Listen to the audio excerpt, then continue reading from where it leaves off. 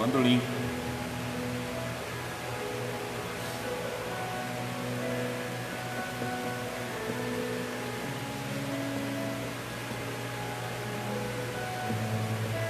Olá, boa noite a todos, a paz do Senhor Jesus, sejam todos muito bem-vindos, boa noite a todos.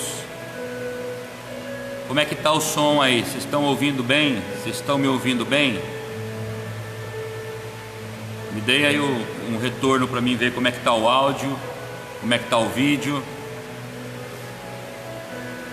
Antigamente a gente ficava testando o microfone, né? Agora a gente fica testando o som. Mara, paz do Senhor, seja bem-vinda em nome de Jesus Cristo. Débora, seja bem-vinda em nome de Jesus. Douglas, bem-vindo em nome de Jesus Cristo. Marco, Deus abençoe, Marcão. Gilmara, Deus abençoe. Cláudia, Deus abençoe, sejam bem-vindos, paz do Senhor. O som tá bom, pessoal? Vocês estão me ouvindo bem?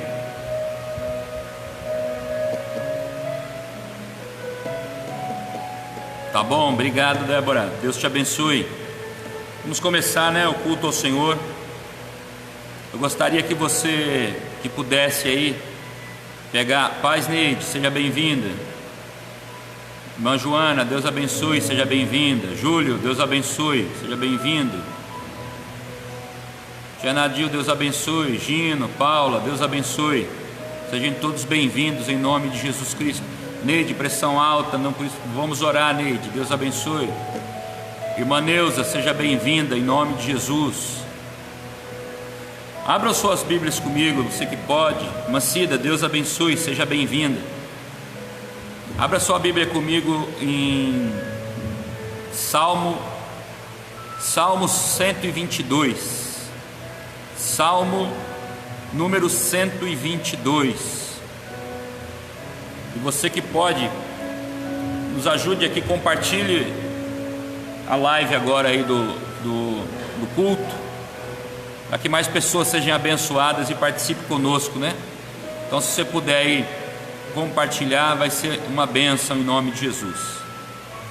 Salmo de número 122 diz assim: Alegrei-me quando me disseram, vamos à casa do Senhor. Alegrei-me quando me disseram, vamos à casa do Senhor. Os nossos pés estão dentro das suas portas, ó Jerusalém. Jerusalém está edificada como uma cidade bem sólida, aonde sobem as tribos do Senhor, como testemunho de Israel, para darem graças ao nome do Senhor. Pois ali estão os tronos do juízo e os tronos da casa de Davi. Orai pela paz de Jerusalém. Prosperarão aqueles que te amam. Haja paz dentro dos seus muros e prosperidade dentro dos teus palácios. Por causa dos meus irmãos e amigos, direi: haja paz em ti. Por causa da casa do Senhor, nosso Deus, buscarei o seu bem. Davi deixa esse salmo para nossa meditação, e é algo que nós estamos vivendo, né, neste momento. Davi está expressando toda a sua gratidão por estar na casa de Deus. Ele está dizendo: ó, alegrei-me quando me disseram, vamos à casa do Senhor. E agora nós estamos ansiosos para que tudo isso passe, para que todo mundo fique bem, mas que nós possamos, né, dizer, ó, nós nos alegramos. Por quê? Porque nós vamos à casa do Senhor. Como é bom estar na casa de Deus. Nós estamos aqui respeitando as ordens do poder, do poder dos homens, né? Restringimos o culto. Estou eu aqui, o ministro de louvor, Gilmar, o João, levita, a Adriana, levita, o irmão Aldo está aqui comigo e o irmão Adilson também intercedendo. E o Wagninho está ali na técnica operacional, né? Na produção. Que Deus abençoe a vida de todos. E eu convido você a cultuar e adorar a Deus conosco neste momento. Vamos fazer uma oração e depois o Gil vai saudar todos aí com boa noite, e nós vamos adorar o Senhor, e depois nós vamos entrar com a palavra de Deus e a ministração.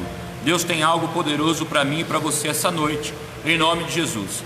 Não assista ao culto, não assista ao culto, participe do culto conosco. Dê glória a Deus aí na sua casa, desliga a televisão, né? Vai lá, levanta, desliga a televisão. Eu sei que muitos estão aí na sala, com uma mão acompanhando atentamente o que está acontecendo aqui, e vez ou outra dá uma olhadinha nas notícias, mas nesse momento separa para o Senhor, né? Vamos estar na casa do Senhor. Onde é a casa do Senhor? Aonde Ele está presente. E aonde Deus está presente? Está presente aqui na igreja conosco, e aí com vocês, na casa de vocês, na sala de vocês. E hoje você vai cultuar a Deus aí na sua sala, no seu quarto, onde você estiver. Então Deus te abençoe em nome de Jesus. Vamos nos alegrar, porque nós estamos na casa do nosso Deus, e a casa do nosso Deus é aonde nós estivermos reunidos ali, no nome do Senhor Jesus. Feche os seus olhos, vamos orar e depois nós vamos adorar o Senhor. Pai querido, Pai amado, em nome de Jesus Cristo, nós estamos aqui para te adorar, Senhor, e engrandecer o teu rico, santo e poderoso nome. Perdoa os nossos pecados e as nossas falhas, lava-nos com teu sangue, Senhor. Nós estamos alegres porque vamos te adorar, Senhor. Nós vamos te louvar. Pai querido, nós não pararemos de te adorar, nós não cessaremos, ó Pai querido, de honrar a Ti com a nossa vida, com o nosso louvor, com a nossa adoração. Pai querido, traza em segurança aqueles que estão se deslocando, Senhor, para suas casas, para assistir o culto de suas casas. Guarda a vida deles, meu Deus. Que todo mal, Senhor amado, seja repreendido em nome de Jesus. Que toda distração, Senhor amado, caia por terra agora, em nome de Jesus. E que o Teu Espírito guarde a nossa vida, a nossa família e tudo que temos, debaixo da Tua potente e poderosa mão. Receba o nosso louvor e a nossa adoração, como incenso suave às Suas narinas. Ó Pai querido, fica conosco, amado e querido Espírito Santo de Deus. Amém. E graças a Deus. Deus abençoe a todos, e é momento de adorar o Senhor em nome de Jesus.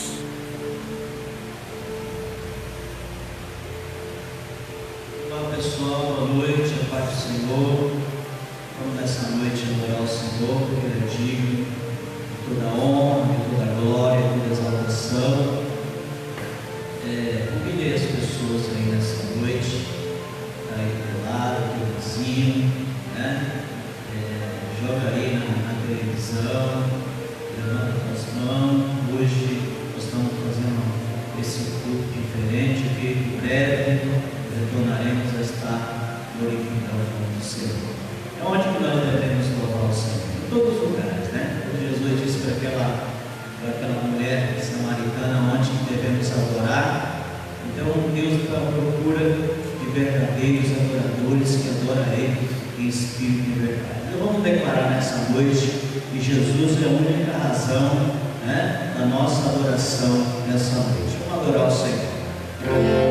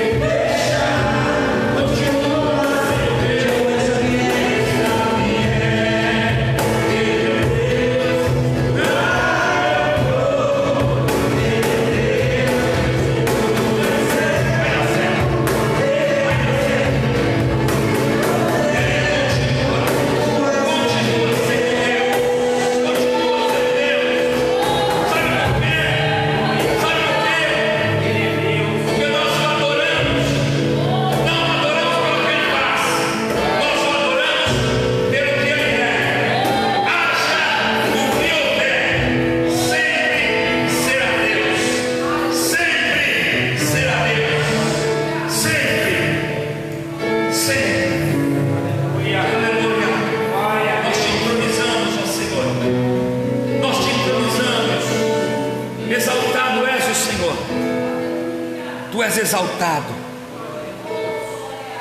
Aleluia, aleluia. Boa noite a todos, a graça e a paz. É muito bom adorar o Senhor, é muito bom estar na presença de Deus. Como faz falta a congregação, como faz falta os irmãos. Nós colocamos aqui a foto dos irmãos nos respectivos lugares, e confesso que é muito difícil entrarmos aqui, olhar para os rostinhos, saber que estão com o coração aflito por não poderem estar praticando aquilo em que nós acreditamos, congregar.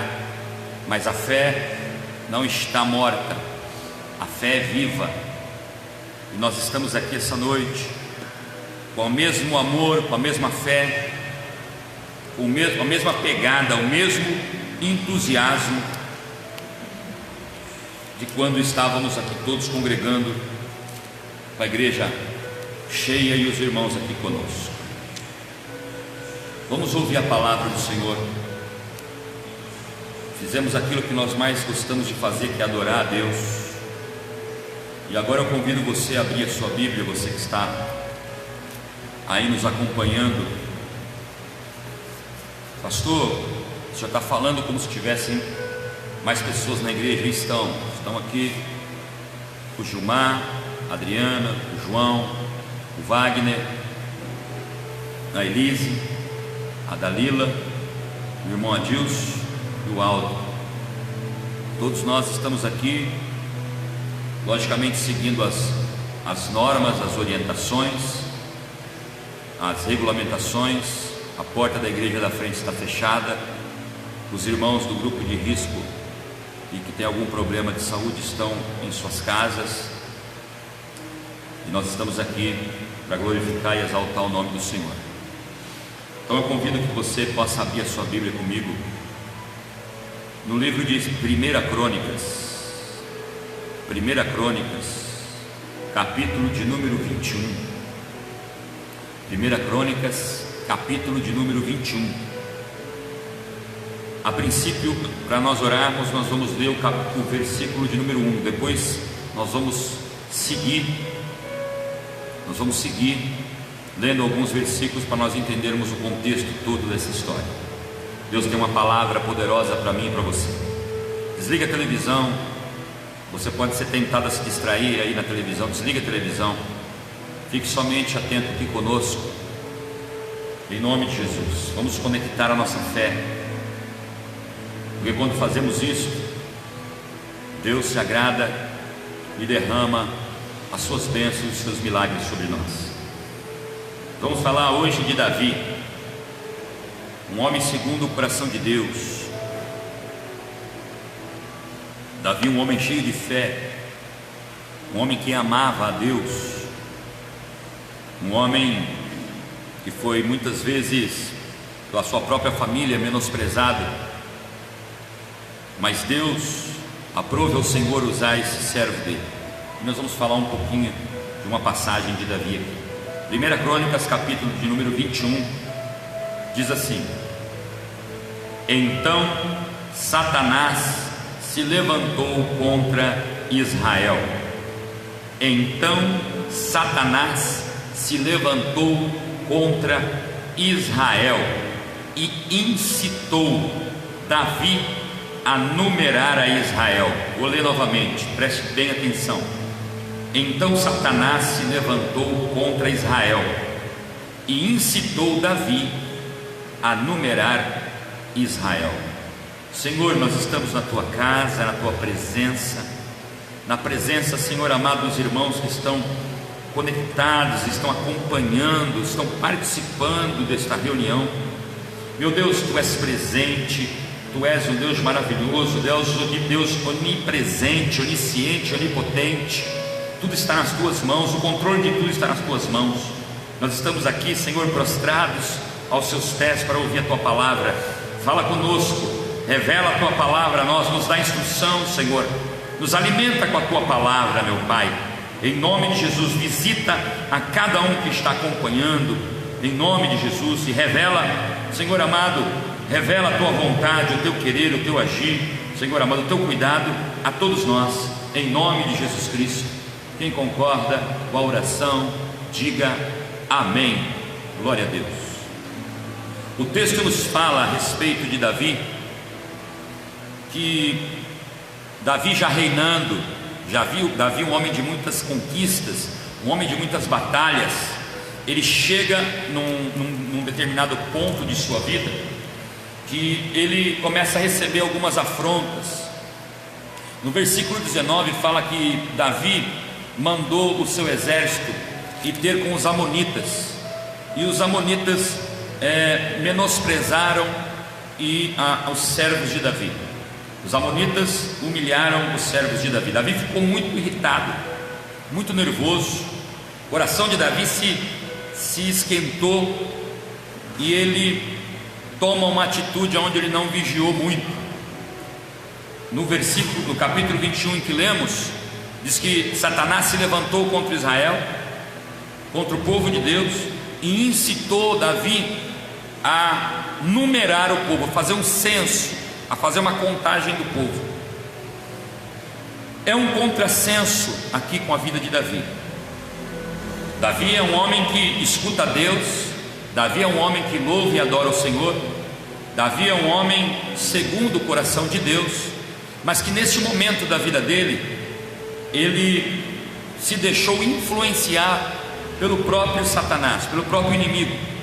O texto diz que Satanás incitou Davi a numerar o povo. Davi tinha muitas conquistas, Davi era acostumado a depender 100% de Deus.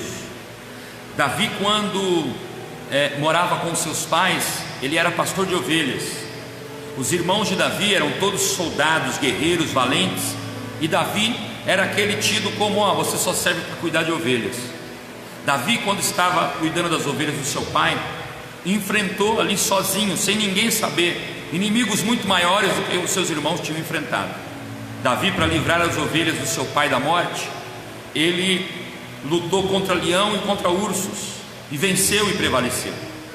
Mas por quê? Por causa da força do braço dele? Não, porque Davi contava sempre com a ajuda de Deus. Davi, quando vai levar um lanche para os seus irmãos que estão na frente de batalha contra os filisteus, Davi chega no campo de batalha e escuta o gigante Golias ofendendo o povo de Deus. Davi olha e vê que ninguém vai tomar iniciativa nenhuma. Davi vai lá e toma a iniciativa e diz: quem é esse incircunciso para afrontar o exército do Deus vivo? Todos ficaram paralisados com medo do gigante, porque eles não tinham forças, eles sabiam que com o braço humano eles não tinham forças. Davi era pequenino, ele não tinha forças para lutar contra aquele gigante. Mas Davi, contando com a ajuda de Deus, fala assim: olha, você vem contra mim com espada e escudo, mas eu vou contra ti em nome do Senhor dos Exércitos. Davi estava acostumado a depender de Deus. Mas chega nesse momento aqui, em 1 Crônicas 21, nós vemos que Davi fica irritado, porque o exército inimigo, os amonitas, tinham desfeito de todo o seu poderio. Davi esperava que Deus falasse alguma coisa, que levantasse um profeta para falar, e na sua ansiedade, Davi tenta resolver o problema com as suas mãos. Nós erramos muitas vezes porque tentamos resolver os problemas com as nossas mãos. Quando nós tomamos a iniciativa de resolver os problemas do nosso jeito, com as nossas forças e com o nosso recurso, é quando nós começamos a perder uma batalha. Davi ainda não tinha começado uma batalha contra os amonitas, mas ele começou a perder quando ele disse assim: bom, eles me afrontaram, eles fizeram pouco caso dos meus mensageiros, eles não quiseram se render, eles não quiseram me ouvir, eles me afrontaram. Eu estou esperando Deus vir falar comigo através de um profeta, Deus não falou. Olha, meu irmão, tem hora que Deus se cala. Existem momentos em nossas vidas que Deus se cala, e nós temos que aprender a respeitar o silêncio de Deus. Quando Deus se cala, é porque Ele está no tempo dele trabalhando em silêncio. Deus não precisa colocar uma placa dizendo assim: olha, eu estou trabalhando. Ele faz e não deve satisfação a ninguém. O que eu e você precisamos fazer é confiar em Deus. É confiar em Deus. Nós vamos orar a Deus e Deus vai responder sim, não, ou então Ele vai responder com um silêncio. Quando Deus fica em silêncio, como diz o louvor, é porque Ele está trabalhando, meu irmão. Davi, naquele silêncio de Deus, um homem que tinha uma profunda intimidade com Deus. Os salmos mais lindos que existem foram escritos por Davi, mas nesse momento ele não conseguiu entender o silêncio de Deus. E aí ele fala: bom, se Deus não faz nada, eu vou fazer. Eu vou mostrar para esses amonitas com quem é que ele mexeu. Eles vão sentir o meu poder. Eu vou mandar homens para lá e vou passar por cima deles. Eu vou acabar com esses homens. Eles vão ver quem é Davi. Um homem irado, tomado por ira, tomado por ansiedade, faz bobagem. Davi faz um censo, chama o Joabe e diz assim: Joabe, general do meu exército, eu quero que você de ponta a ponta de Israel, de norte a sul, de leste a oeste, numere o povo. Eu quero saber quantos soldados eu tenho, porque eu vou mostrar para esses amonitas como eu sou um líder poderoso. Olha só, tomando para si a glória que era de Deus. Quando nós dizemos assim: olha, eu sou bom nisso, hein? Olha, eu sou bom nisso. Olha, eu não quero me gabar não quero falar não, mas nessa área aqui eu sou o cara, eu sou o sujeito. Significa que nós não estamos mais dependendo de Deus. Quando Davi fala assim: eu vou contar o exército, porque eu quero saber quantos soldados eu tenho, ele deixou de lado o Deus de Gideão, Gil. Deixou de lado. O Deus de Gideão, o que falou para Gideão? Gideão,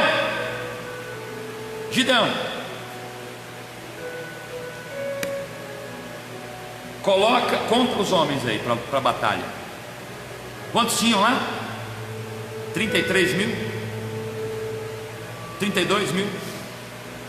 O que Deus fala? É muita gente. Por que Deus falou que era muita gente? Porque Deus sabia que aquela vitória Gideão ia contabilizar pelo seu grande exército. Ele ia dizer assim: eu tenho um grande exército. Eu livrei porque eu tenho um poderoso exército comigo. Ele deixou de depender de Deus. E Deus foi diminuindo até ficar quantos? 300. Contra um exército muito maior, muito mais poderoso. Mas qual foi o resultado daquela batalha? Vitória. O nome de quem foi exaltado? O nome de Deus. Davi perdeu uma oportunidade aqui de mais uma vez dar glórias ao Senhor. No meio da sua ira, no meio da sua revolta, no meio da sua ansiedade, ele comete um ato que talvez alguém diga assim: ah, mas isso não tem muito problema. Existem pecados tão mais terríveis. Agora, por causa de contar o povo, que bobagem, é até uma questão de organização. Não, meu irmão, não, minha irmã, não era por organização, era por vaidade. Era por vaidade. Era porque ele teve o seu orgulho ferido. Por isso que o texto diz aqui: então Satanás se levantou contra Israel. Quando Satanás se levanta contra Israel, é os amonitas que se levantam contra Israel, para lutar contra Israel. Naquele momento era para Davi dobrar o joelho e falar: Senhor, eu sou um guerreiro que conquistei muitas vitórias, eu sou um guerreiro que venci muitas batalhas. Pelo meu poder e pela minha experiência, eu poderia passar por cima desse povo, mas eu não quero ir pelo meu poder e pela minha experiência. Eu quero ir assim como eu fui contra Golias. Eu quero ir assim como eu fui diversas vezes contra os filisteus. Eu quero ir contra eles em nome do Senhor dos Exércitos. Satanás se levanta uma vez, em vez dele clamar a Deus, ele faz errado. O que ele faz? Ele ouve a instrução de Satanás. Olha só como o diabo ele é astuto. Satanás levanta uma situação, com os amonitas, e automaticamente quando ele levanta aquela situação, Satanás corre no ouvido de Davi e dá a solução. Cria dificuldade para vender facilidade. Satanás cria dificuldade para vender facilidade. E ele fala assim: olha lá, você está vendo? Aquele exército michuruco se levantou contra você, ele não te respeitou. Agora sabe o que você faz? Mostra para ele o tamanho do seu exército. E aí o texto diz que Satanás incitou, inspirou, instigou Davi a lutar com as suas próprias forças e contar o povo. No versículo de número 9,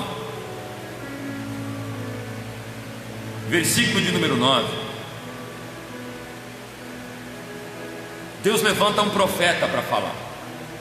Deus tem levantado profetas para falar. Deus tem levantado profetas, profetisas, homens e mulheres de Deus para estar falando nesse tempo de dificuldade. Aquele que tem ouvidos, ouça o que o Espírito diz. Quando Davi começa a dar ordem para Joabe contar ao povo, Deus usa Joabe para dizer assim: Senhor, o senhor tem certeza? O senhor quer mesmo que eu faça isso? Deus ainda avisa quando nós estamos para dar um passo em falso.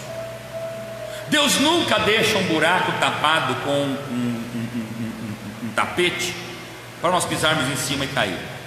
Deus não faz armadilha para mim e para você. Deus nos avisa das armadilhas, até aquelas armadilhas que nós armamos com a nossa própria mão. Deus nos avisa. Nosso Deus é bondoso e misericordioso. Ele não tem prazer, meu irmão, minha irmã, Ele não tem prazer em que nós sejamos pegos de surpresa. Deus chama Joabe, fala com Joabe, Joabe fala com Davi: Davi, você quer que eu conto? Davi fala assim: faça isso, eu sou o rei, me obedeça. Joabe foi lá e obedeceu. No versículo 9 do capítulo 21 de 1 Crônicas, onde nós estamos lendo, está escrito assim: falou, pois, o Senhor a Gade, o profeta de Davi, dizendo: o Gade, meu profeta, vai lá e fala a Davi, dizendo assim: assim diz o Senhor, 3 coisas eu te proponho, escolhe uma delas para que eu te faça. Eita Jesus! Se Deus chega, levanta alguém, e esse alguém vem para mim marchando como um profeta, e diz assim: eis que eu sou o Senhor e te digo, 3 coisas eu vou te propor, escolha. Eu falei: opa, carro, casa e apartamento. Dinheiro, casa e apartamento. Dinheiro, carro e apartamento. Ora, se Deus levantou alguém para falar comigo, um profeta, é claro que eu vou querer acreditar que é bênção. Eu acredito em profecia. Eu sou pentecostal até o tutano, mas eu acredito num Deus. Eu acredito num Deus que tem promessa de bênção, mas também tem promessa de maldição. Eu acredito num Deus que dele não se zomba e nem se escarnece. Eu acredito num Deus de amor, mas eu também acredito que esse Deus de amor é um Deus de justiça. Aleluia. Versículo 10: vai e fala a Davi dizendo assim: assim diz o Senhor, 3 coisas eu te proponho, escolhe uma delas para que eu te faça. E Gade veio a Davi. Gade foi ao rei, o profeta foi ao rei. Ah, pastor, mas isso é uma frase que quer dizer muita coisa. Quer dizer muita coisa. Primeira coisa que eu aprendo na vida de Gade, primeiro é que ele é obediente a Deus. Deus mandou ele ir e ele foi. Quando Deus mandar ir, vai. Se Deus estiver falando com você, para você ir, vai. Segunda coisa, além de obediente, ele era corajoso. Porque chegar na presença de um rei, mesmo sendo Davi, não é fácil. Ele poderia até ser morto, porque o recado de Deus que ele foi levar não era para parabenizar Davi. Ei, Deus não tem negócio com covarde. Pastor, que palavra pesada é essa? Vou repetir: Deus não tem negócio com covarde. Deus usa pessoas que têm pouco estudo, Deus usa pessoas que têm poucos ou quase nenhum recurso financeiro, Deus usa pessoas pequenos, grandes, bonitos, feios, gordo, magro, rico e pobre. Deus usa pessoas de todo esse jeito. Deus só não usa covarde, porque o covarde não tem coragem de dizer: eis-me aqui. Que você tenha coragem de dizer assim: eis-me aqui, Senhor. Ele chega diante do rei, Davi. No versículo 11 diz assim: Gade veio a Davi e disse-lhe: assim diz o Senhor, escolhe para ti. Olha só a primeira proposta que Deus manda a Gade perguntar para Davi, o homem segundo o coração de Deus, mas que tinha sido incitado por Satanás, tinha dado ouvido a Satanás. Gade diz assim: olha, a primeira proposta que Deus te faz, Davi, é que por 3 anos venha fome na terra. Davi, Deus não gostou de você enumerar o povo, Deus não gostou de você deixar ele de lado e confiar no seu exército. Deus te aborreceu, Deus tentou te avisar através de Joabe e você não ouviu. Agora Deus pergunta para você 3 coisas, ele te propõe. A primeira coisa, que venha fome sobre toda a terra. Durante 3 anos vai haver recessão. Durante 3 anos não vai haver colheita. Durante 3 anos não vai ter leite. Durante 3 anos não vai ter carne. Durante 3 anos nada vai se plantar. Durante 3 anos o dinheiro vai sumir. A recessão e a crise vai vir. Por culpa sua, Davi. Por culpa sua. Segunda proposta que Deus te faz, Davi: que por 3 meses você seja consumido pelos adversários. Primeira proposta, você escolhe, Davi: ou você vai passar fome, e a terra toda vai passar fome por tua causa durante 3 anos, ou durante 3 meses os inimigos vão entrar aqui no seu território e vão derrubar todos vocês. Durante 3 meses, vocês vão perder todas as batalhas que vocês procurarem, e aquelas batalhas que vierem contra vocês, que vocês nem procurarem. O menor vai humilhar vocês. Escolha. E a terceira proposta: ou que em 3 dias, versículo de número 12, ou que em 3 dias a espada do Senhor, eita Jesus, ou que em 3 dias a espada do Senhor venha como uma peste para matar todo o povo. Pastor, eu não estou gostando dessa palavra. Essa palavra não está boa. Pastor, eu vou sair, vou mudar de live, porque tem bastante live para escolher agora. Eu não vou escolher, não vou sair daqui. Já começa o texto dizendo que o homem segundo o coração de Deus foi usado por Satanás. Depois o Senhor continua o texto dizendo que o profeta vai lá para falar um desaforo para o homem de Deus. Depois o Senhor fala que Deus fala para Davi escolher 3 coisas. Eu pensei que era dinheiro, carro e apartamento, mas não é. É fome, guerra perdida e doença. O que será que nós escolheríamos? Deus me livre. O que será que nós escolheríamos? Mesmo dentro desse cenário caótico, Davi escolhe o menos pior, porém o mais perigoso. Davi escolhe o menos pior, porém o mais perigoso. Versículo 13: então disse Davi ao profeta: estou em grande angústia, caia eu, pois nas mãos do Senhor, porque são muitíssimas as suas misericórdias, mas que eu não caia nas mãos dos homens. Eita! Mesmo no meio do caos, mesmo tendo pisado na bola, mesmo estando errado, Davi, quando é confrontado com o seu erro, e quando ele recebe aquele cardápio com 3 opções: ou durante 3 anos a terra ia passar fome por culpa dele, ou durante 3 meses o povo de Israel ia ser dizimado pelos exércitos inimigos por culpa dele, ou então Deus ia mandar por 3 dias uma doença que consumiria todo o povo. E Davi fala assim: eu estou em grande angústia. O que ele disse? Eu estou ciente do meu erro, eu estou ciente da minha falha, eu estou ciente da gravidade do problema, eu estou ciente disso, mas antes eu caí nas mãos de Deus, que é rico em misericórdia, do que cair nas mãos do homem. Aleluia. Meu irmão, eu sei que Deus tem uma mão poderosíssima para dar a vida e para tirar a vida. Eu sei que o julgamento de Deus, nós não aguentaríamos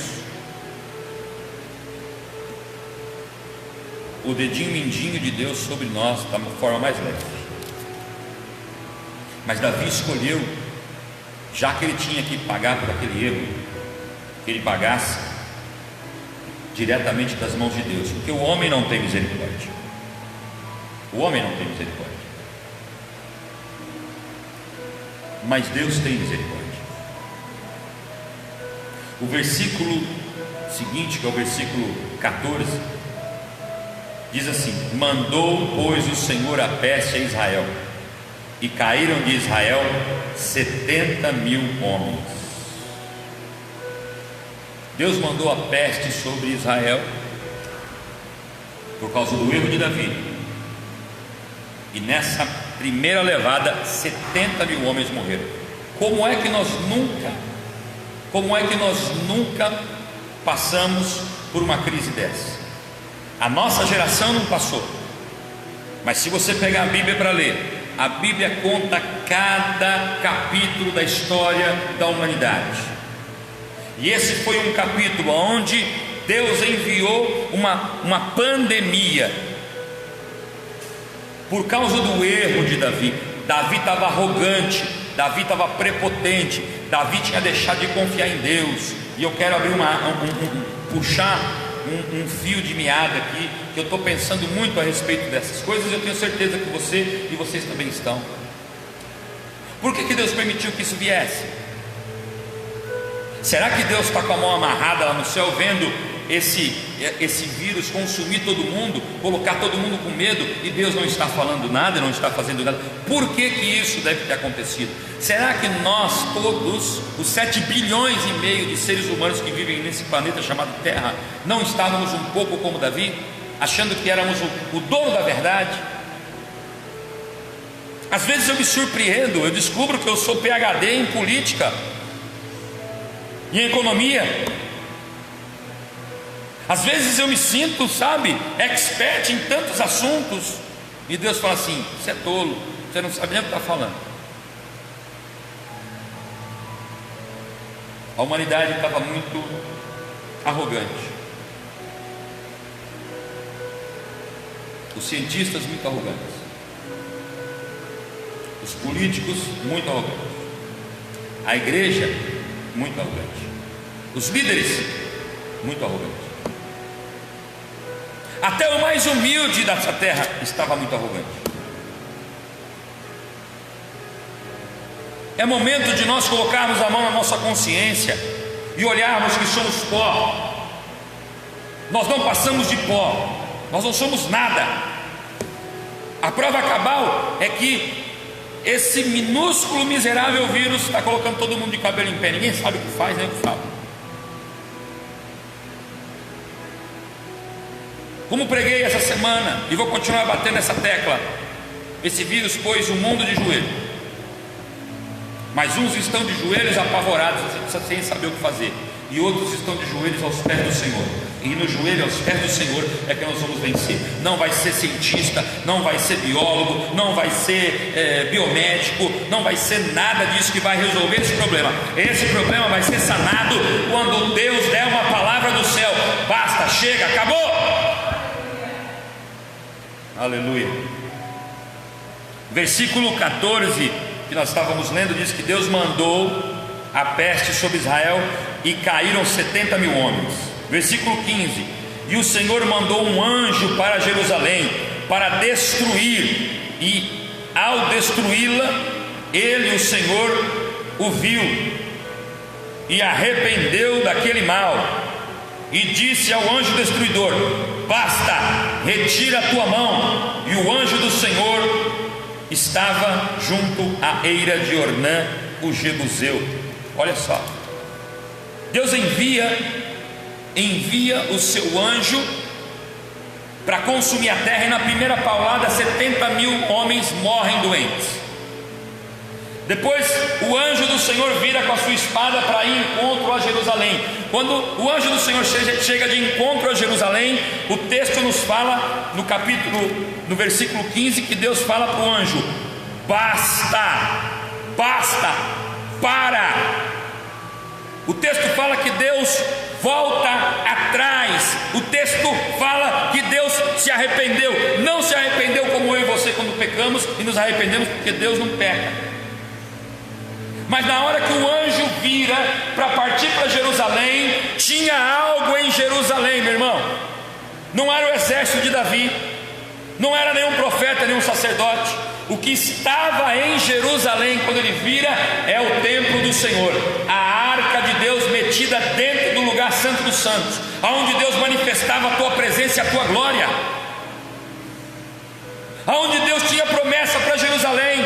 Então Deus para e fala assim para o anjo: chega, não toque mais em Jerusalém, basta. Meu irmão, minha irmã, vou repetir o que eu disse há 2-3 minutos atrás. Se Deus não falar basta nesse problema que estamos vivendo e outros problemas que estamos vivendo, que não tem só esse, nós estamos perdidos. Quem tem que falar o basta é Deus, e Deus só vai falar basta quando Ele olhar para a terra e enxergar que existem pessoas que carregam a presença dEle, que valorizam a presença dEle como ninguém. Aleluia! Quando o anjo do Senhor se vira com a sua espada da morte para ferir Jerusalém, Deus se lembra das promessas que tinha, Deus se lembra das misericórdias, Deus se lembra que em Jerusalém, vou repetir, a arca tinha lá, estava em Jerusalém no templo, e a arca do Senhor, no templo, no tabernáculo, perdão, e no tabernáculo do Senhor, onde estava a arca da aliança, ali Deus se manifestava. No Velho Testamento, a presença de Deus se manifestava na arca da aliança, um caixotão revestido de madeira, revestido com ouro. Hoje esse caixote não existe mais. Hoje quem carrega a presença do Senhor, a arca do Senhor, sou eu e você. Nós carregamos a presença do Senhor. Nós vamos vencer qualquer tipo de crise e dificuldade, qualquer uma, a partir do momento que nós olharmos e vermos quem nós somos. Nós somos aqueles que carregam a presença do Senhor. Ô pastor, a igreja tal, a igreja Y, não tem nada a ver com igreja, não tem nada a ver com religião. Isso tem a ver com intimidade com o Pai. Aleluia. Isso tem a ver com um coração totalmente voltado para Deus e dependendo de Deus para tudo. Nós não podemos depender de vacina. Deus vai dar sabedoria para alguém fazer vacina, para fazer remédio, para abrir negócios, para salvar a economia, para salvar casamento. Deus vai fazer tudo isso. Vai dar sabedoria para homens construírem coisas maravilhosas. Deus vai fazer tudo isso. Tudo isso Deus vai fazer. Porém, se Ele não tiver uma ação direta para aquilo, nada vai acontecer. Nada vai acontecer. Aleluia, aleluia. O que eu devo fazer então, pastor? Deve zelar pela presença de Deus. Devemos buscar a presença de Deus. É momento de buscar a presença de Deus. Eu tenho visto pessoas desesperadas porque as igrejas estão fechadas. Você não está, pastor? Eu estou. Você não está dormindo. Você está perdendo seu sono por causa disso? Pastor, confesso que estou. Qual é a sua preocupação? A sua grande preocupação, pastor? E a gente ouve dizendo que os pastores estão aí entrando em choque por causa do dízimo. Não acredito nisso. Os pastores estão preocupados com os compromissos que eles assumiram. Eu estou preocupado com os compromissos que eu assumi para a igreja. Mas nós não vendemos nada. Ao contrário do que nos atacam e falam, a igreja não vende nada. A igreja prega a palavra. Prega a palavra. O coração dói porque nós não sabemos fazer outra coisa a não ser levantar, trabalhar, cuidar de casa e vir para a igreja. E de vez em quando a gente vai para um cinema, para uma praia, quando dá. Nós não sabemos fazer outra coisa a não ser estar no meio da congregação. Tem sido muito difícil você não poder abraçar. A gente chega na frente dos irmãos, a gente não sabe como reagir. Está sendo difícil. Mas é um momento em que a igreja, as portas podem estar fechadas, o templo pode estar vazio, mas a igreja tem que estar viva e atuante agora dentro de cada lar, de cada casa, de cada quarto, de cada sala. Aleluia! Agora a minha casa já não é mais a minha casa é a igreja do Senhor. A casa dos irmãos não é mais a casa dos irmãos, é a igreja do Senhor. A tua casa onde você está me escutando agora, desligou a televisão para ouvir um culto, é a casa do Senhor. Aleluia! Se nós estivéssemos aqui hoje congregando, como vamos voltar, não vemos a hora disso. Nós estaríamos 60, 70, 80, talvez 100 dia de ceia. Estaríamos aqui em uma só igreja. Agora nós estamos 40, 50, 60, 100, 200, 300, 400, 500, 1000, 1 milhão de igrejas, porque a tua casa se transformou numa igreja. Aleluia. Glória a Deus. Eu quero, é a mesma história, mas para a gente encerrar e orar, eu peço que você abra a sua Bíblia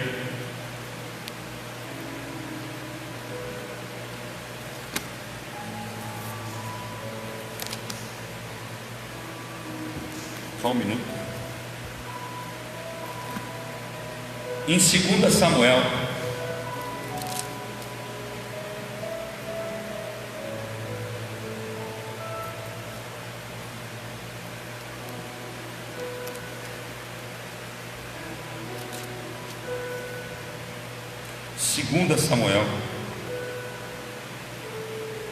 capítulo 24.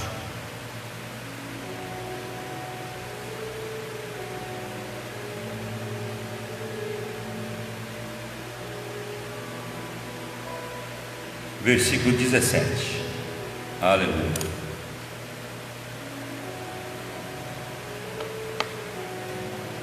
O texto é a mesma história que nós estávamos lendo lá em Crônicas.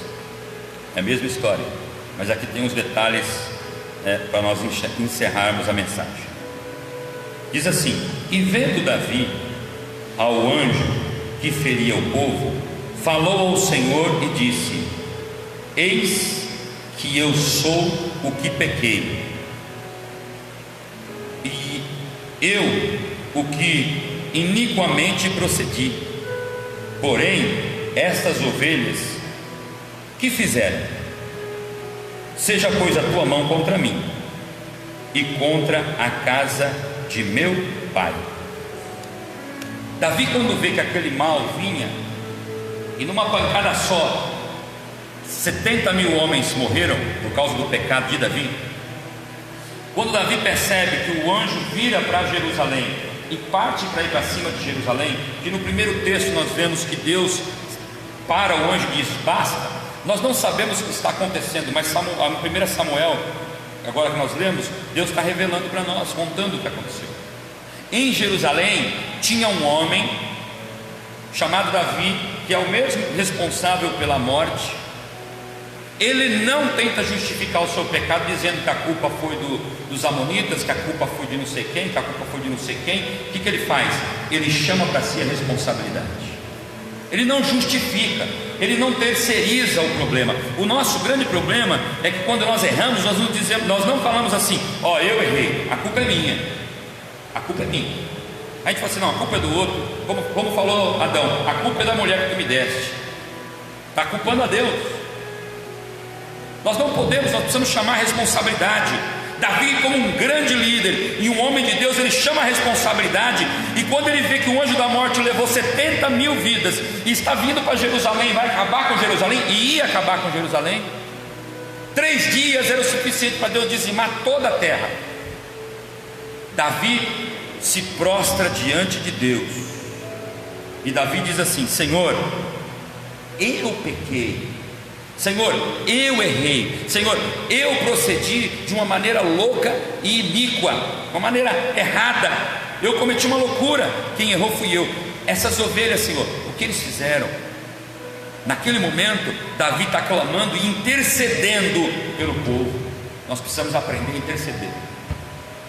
Nós precisamos parar de sair culpando as pessoas. Hoje em dia nós estamos culpando todo mundo, a culpa é de todo mundo. O que acontece, a gente acha um culpado, né? Então, todo mundo, a culpa é sua, a culpa é sua, a culpa, não, a culpa minha não, eu votei direito. Mentira. Mentira. Não, mentira. Nós precisamos agora parar com isso. A culpa é de quem? É do chinês. Não é do chinês. A culpa do que está acontecendo é minha. É sua, pastor? É minha. Então vamos te apedrejar. Não, é minha, mas é sua. Precisamos chamar a responsabilidade e falar: Senhor, eu errei. O livro de Joel fala assim: chorem os ministros do Senhor entre o alpendre e o altar.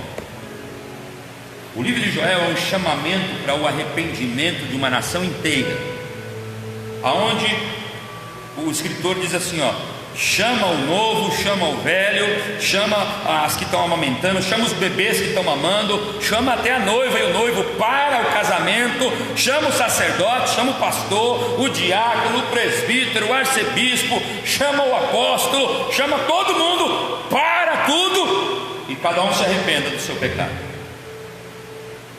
Foi o que Davi fez. Davi chama a responsabilidade. E versículo 18 diz: e veio Gade naquele mesmo dia a Davi e disse-lhe: sobe, levanta ao Senhor um altar.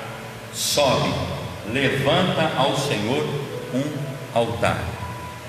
Eu e você precisamos levantar um altar. Davi teve que levantar um altar para aplacar a ira de Deus naquele momento. Eu e você precisamos levantar um altar. Eu levanto aqui, os irmãos levantam onde estão. Fiquem tranquilos que ninguém está colado no. Fique tranquilo, antes de começar a falar mal na internet, né? Mas levanta um altar aí na tua casa. Chama a tua família agora. Até aquele filho que está lá no quarto, pede para ele com carinho. Não vai brigar, mas fala assim: filho, vem aqui um pouquinho. Vamos levantar um altar aqui. Vamos levantar um altar. Vamos orar ao Senhor.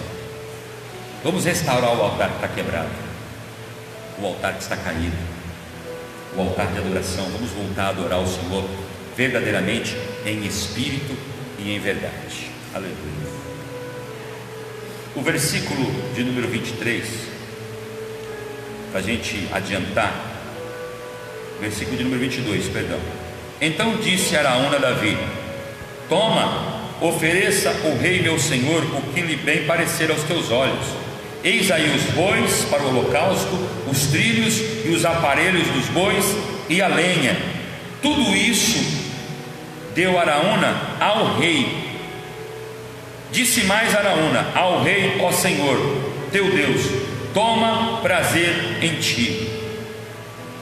O profeta fala para Davi: Davi, você orou a Deus para que Deus parasse essa praga, essa peste.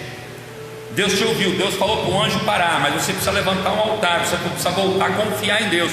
Esse mal veio, Davi, porque você começou a confiar no teu exército, e Deus se zangou com você. Você começou a confiar na força do teu braço e na tua experiência. Você ficou muito arrogante, muito prepotente. Mas Davi, agora Deus viu que você se quebrantou diante dele. Então faz o seguinte, Davi: levanta um altar para Deus.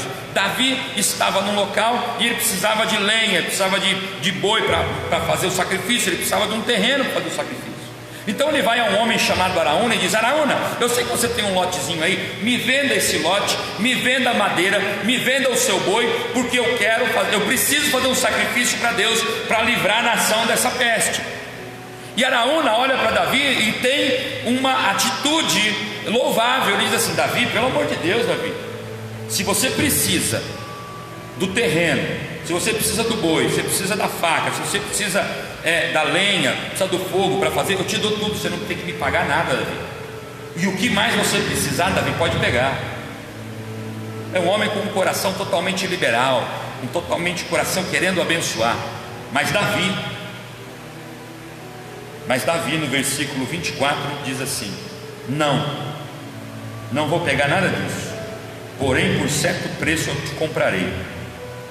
Não, Araúna, isso tem um preço. Eu sei que você quer me dar o terreno, eu sei que você quer me dar o boi, eu sei que você quer me dar a lenha, eu sei que você quer preparar tudo, quer dar de graça, eu sei disso. Mas não, sabe por quê? Porque quando pecou, eu pequei. Então não é justo apresentar a Deus um sacrifício que não me custe nada, porque isso não é sacrifício. Isso não é sacrifício. E aí Davi conclui dizendo assim: não oferecerei ao Senhor meu Deus holocausto que não me custem nada. Eu não vou oferecer um sacrifício que não me custe nada. Meu irmão, é muito bom a gente pedir oração. Nós precisamos pedir oração e orar um pelos outros. Mas eu e você, todos nós precisamos gastar tempo em oração. Nós precisamos sacrificar tempo no WhatsApp, precisamos sacrificar tempo na frente da televisão, precisamos sacrificar tempo, sabe, de ficar batendo com a língua nos dentes. Nós precisamos sacrificar momentos em qual nós entramos no nosso quarto para orar e clamar pela misericórdia de Deus, nos apresentar como um sacrifício vivo de adoração ao Senhor. Há quem diga que tempo é dinheiro. Se tempo é dinheiro, então use o seu tempo clamando a Deus. Amém?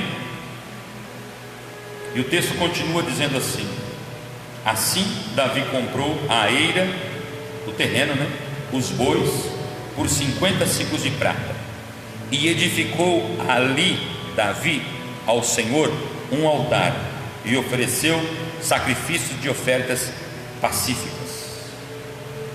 Davi foi lá, pagou o preço que tinha que pagar, assumiu, porque é muito fácil, a gente assumir a responsabilidade, mas entregar a conta para o outro pagar.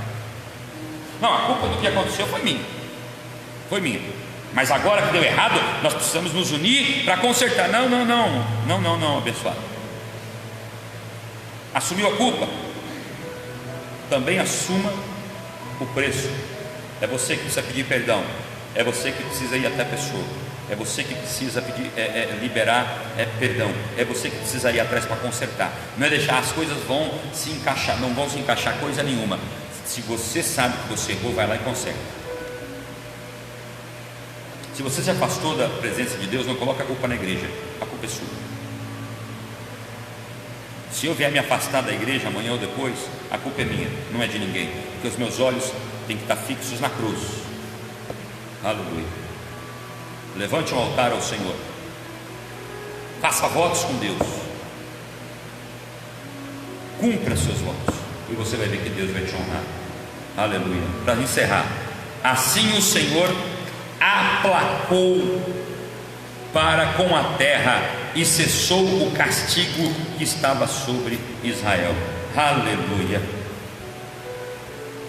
Deus recebeu o sacrifício de Davi e a sua ira se aplacou, e o mal parou, e as pessoas pararam de morrer, as pessoas pararam de ficar doentes, as pessoas começaram a ter vida e voltaram a viver. Quando Davi reconheceu o seu erro, reconheça o seu erro. Quando Davi pagou o preço pelo erro, pague pelo preço do teu erro e confia em Deus, porque Deus vai receber o teu sacrifício como um perfume suave nas narinas dele, em nome de Jesus Cristo.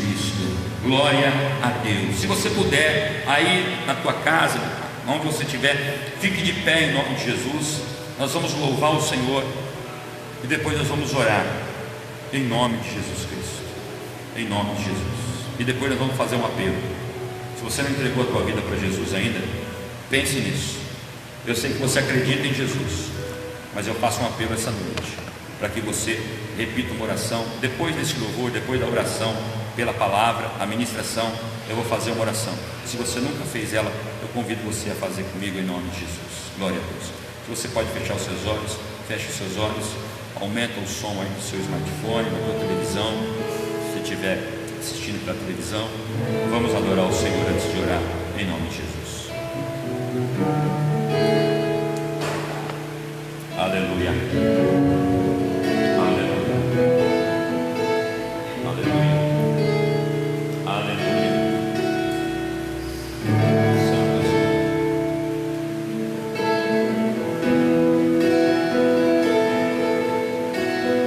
Deus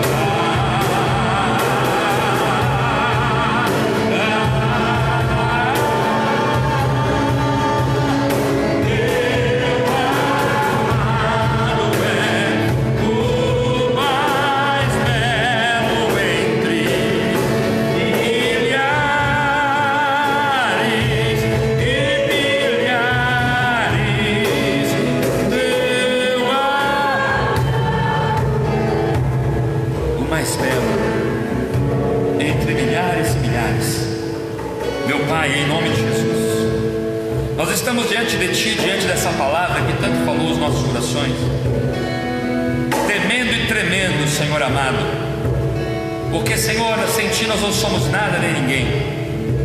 Louco o homem que acha, Senhor amado, que com a força do seu braço, com a sua inteligência, com a sua experiência de vida, pode resolver algum problema.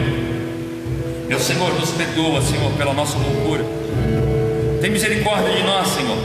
Perdoa os sacerdotes, nos perdoa os ministros do Senhor, perdoa a sua igreja, perdoa o seu povo, perdoa a humanidade.